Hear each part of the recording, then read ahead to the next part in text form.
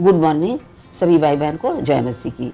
आइए आज हम, जबकि पूरे संसार में सांसारिक शिक्षक का जन्म दिवस मनाया जा रहा है, तो आइए क्यों ना आज हम अपने आत्मिक शिक्षक को भी याद करें। हम देखते हैं हमारे जीवन में दो प्रकार के गुरु होते हैं, एक सांसारिक गुरु, दूसरे आत्मिक गुरु। सांसारिक गुरु हमें सांसारिक जीवन का ज्ञान देते हैं, जिससे हम सामाजिक उन्नति करते हैं और संसार में अपनी एक पहचान भी बनाते हैं, जैसे डॉक्टर के रूप में, टीचर के रूप में, इंजीनियर के रूप में, अलग अलग पदों द्वारा। मगर इन सब के पीछे हमारे गुरु का हाथ और सहयोग होता है। गुरु एक कुम्हार की तरह हमें एक सुंदर आकार देता है, एक सुंदर व्यक्तित्व का मालिक बनाता है। ठीक इसी तरह हमें जिस तरह संसार के गुरु हमें एक अच्छे घड़े का रूप देते हैं, उसी तरह हमारे आत्मिक गुरु, हमारे पास्टर, हमारे फादर, वो हमें अच्छा ज्ञान देते हैं और आत्मिक ज्ञान देते हैं। हमें केवल सांसारिक ज्ञान की तरफ ध्यान नहीं देना है, क्योंकि सांसारिक ज्ञान समय के साथ साथ मिटता चला जाएगा और सांसारिक पद, उन्नति सभी कुछ समाप्त होते चले जाएंगे और अभिलाषाओं के साथ साथ हमारा जीवन भी जो कुछ क्षणों का है वो भी समाप्त हो जाएगा। इसलिए हमें अपने आत्मा का भी ध्यान देना जरूरी है। आत्मिक जीवन का मतलब होता है कि जैसा कहा गया है कि आत्मा अजर और अमर है, मगर आज हम आत्मा पर ध्यान नहीं देते हैं। हमें अपनी आत्मा को बचाने के लिए ध्यान देना है। शारीरिक ज्ञान तो हमारे जीवन के साथ ही खत्म हो जाएगा, मगर आत्मिक ज्ञान हमें मृत्यु से पार ले जाता है।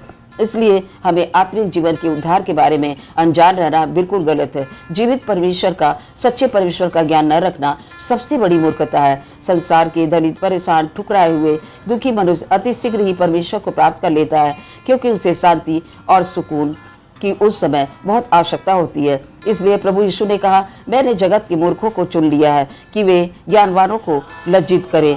क्योंकि यीशु मसीह ने चेलों को एक महान आज्ञा दी कि जाओ और उन्हें जाति जाति के लोगों को चेला बनाओ और उन्हें पिता, पुत्र, पवित्र आत्मा के नाम से बपतिस्मा दो और वे बातें मानना सिखाओ जो मैंने तुम्हें सिखाई हैं, और देखो जगत के अंत तक मैं तुम्हारे साथ रहूँगा।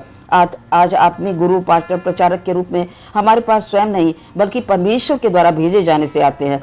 वचन कहता है हमें उनका दुगना आदर करना चाहिए। वास्तव में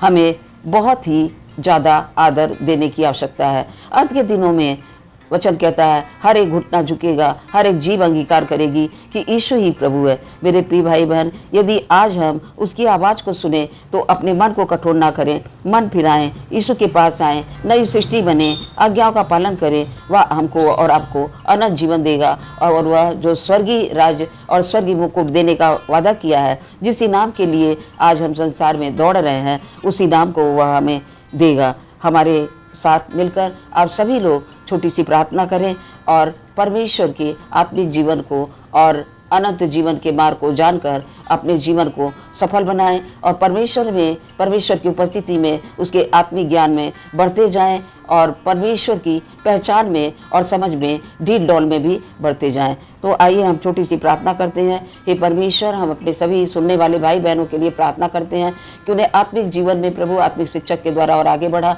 और परमेश्वर, हम अपने उन आत्मिक शिक्षकों का आज सम्मान करते हैं और आदर देते हैं। आपके कथनानुसार उन्हें दुगना आदर देते हैं पिता, ताकि उस इनाम के लिए प्रभु, जैसे पौलुस ने कहा, मैं हवा में मुक्का नहीं मारता हूँ, मैंने अपने विश्वास की रखवाली की है और ताकि मैं परमेश्वर के द्वारा दिए गए स्वर्गीय जीवन को, इनाम को, उद्धार को प्राप्त करूं। उसी तरह ये भाई बहन भी हमारे साथ प्रभु आपके उद्धार को, इनाम को प्राप्त करें। धन्यवाद करते हैं पिता, इस वचन के द्वारा और इस प्रार्थना के द्वारा सभी भाई बहन को बहुतायत से आशीष मिले।